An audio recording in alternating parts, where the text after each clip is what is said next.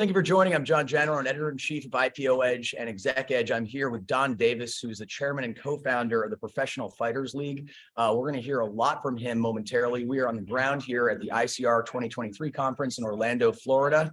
Donn, thanks for joining. Absolutely. Thanks for having me. Now, I want to talk a little bit about your background, which I was reading about before you just walked on set here.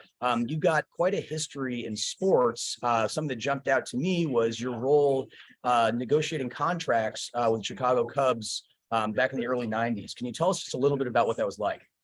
Yeah, at age 29, I was the youngest counsel in Major League Baseball history. I did Sammy Sosa's first deal, and Sammy, of course, didn't think I paid him enough. And so I think essentially 30 years later with the PFL, we're now breaking some pay barriers. So at least for the MMA athletes, I'm catching up to what Sammy once said 30 years ago.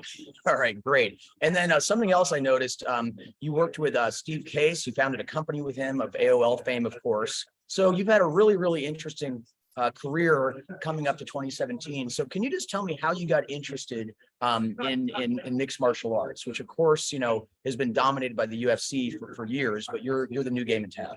Sure, absolutely. I was minding my own business, running Revolution, our venture capital fund, the day UFC sold. And there were three things I saw that day. One, huge addressable market. There's 600 million MMA fans around the world. That's the third biggest fan base after soccer and basketball. Two, most underserved and undermonetized. Look, there's 40 UFC events, 5,000 basketball games, 3,000 soccer matches. So that 600 million fans doesn't have enough product. And number three, wasn't a sport yet. Old boxing model. You're number one, I'm number two because the promoter says so.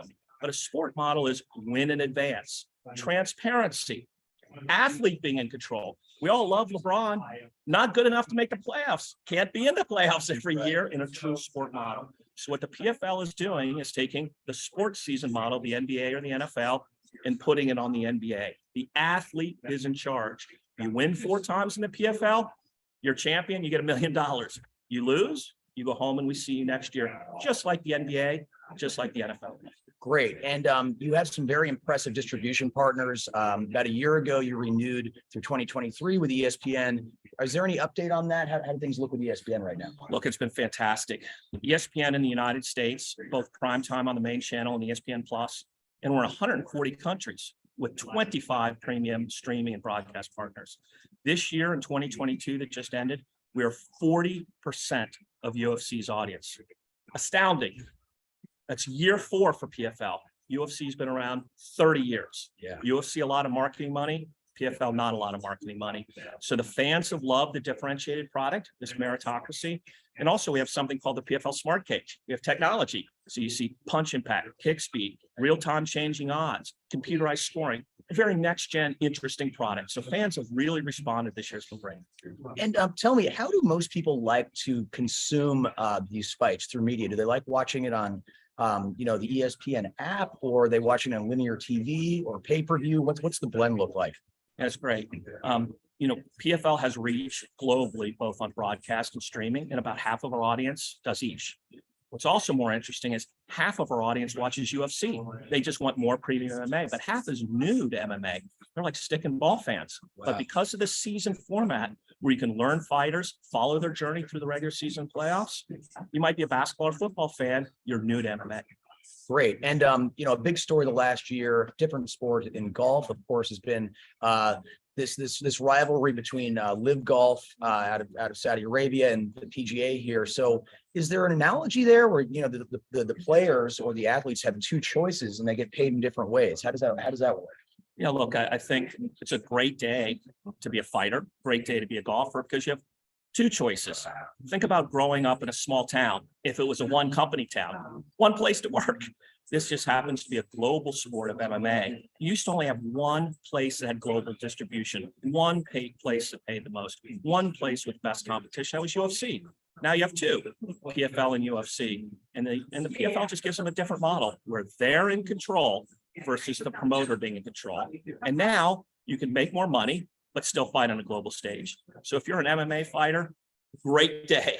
two great choices. Well, this reminds me of something, getting back to the distribution partnerships. Live Golf, you can only watch on YouTube. It's not on any, major network. You have deals with ESPN, which is the biggest sports network in the world. Was that tricky to pull off? Because UFC has relationships with these big networks. Look, as my 98-year-old dad says, every job is easy until it's yours. So I don't want to minimize it, but look, our product is premium in the PFL. And so of our 25 media partners, DAZN, DirecTV, Sky Sports, ESPN, these are the premium providers around the world because, and by the way, half of those, they also carry the UFC because they said our fans want more MMA and PFL's differentiated. But half of them don't have the UFC. They've either said UFC is too expensive or too difficult to work with, or a competitor has it. So when you look at every country or every territory, there tends to be 7 or 8 media companies. There's only 2 premium providers. So some have UFC and they've taken PFL, some don't and they've taken PFL. But that's allowed us to get this, call it worldwide distribution, but also premium partners.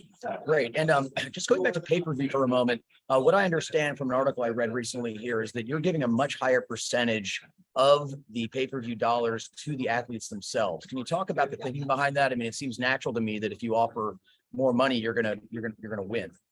Yeah, look, I want to credit my new business partner and friend, Jake Paul. If you haven't seen his 5-minute video announcing last week, I encourage you to check it out. But as Jake announced last week, we have a new division called the PFL Pay-Per-View Super Fight Division. And we're giving pay-per-view fighters, who are the biggest stars in the world, at least 50% of the revenue. So they'll be true economic partners in their fights. A simple Google search shows you that the 10 or 12 biggest fighters in the world, very unhappy, because they tend to make about 20% of the profits or revenues from their fight. We're giving them at least 50. So PFL has the same distribution as UFC, same expertise and infrastructure as UFC. And if you're a consumer paying $60 or $70, all you care about is who's fighting.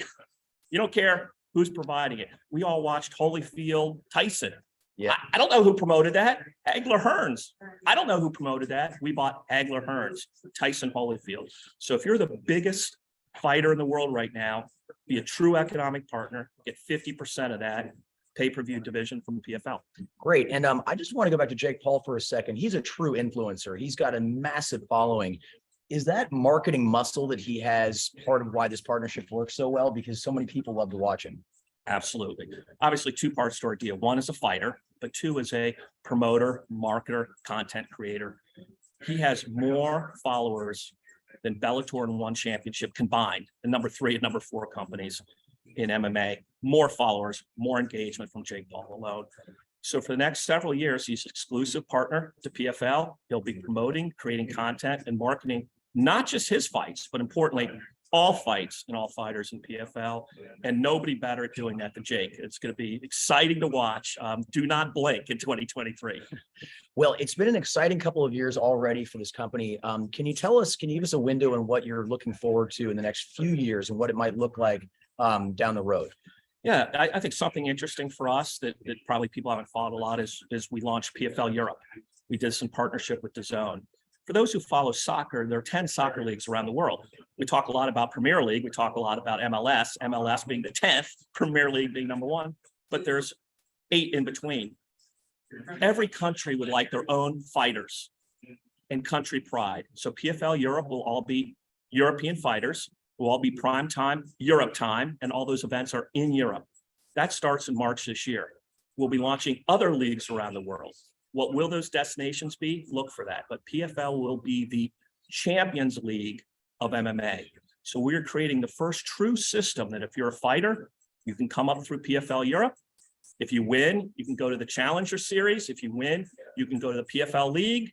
If you become a star, you're at PFL pay-per-view. So PFL is building the first system in MMA. If you're an NFL player, you have a system.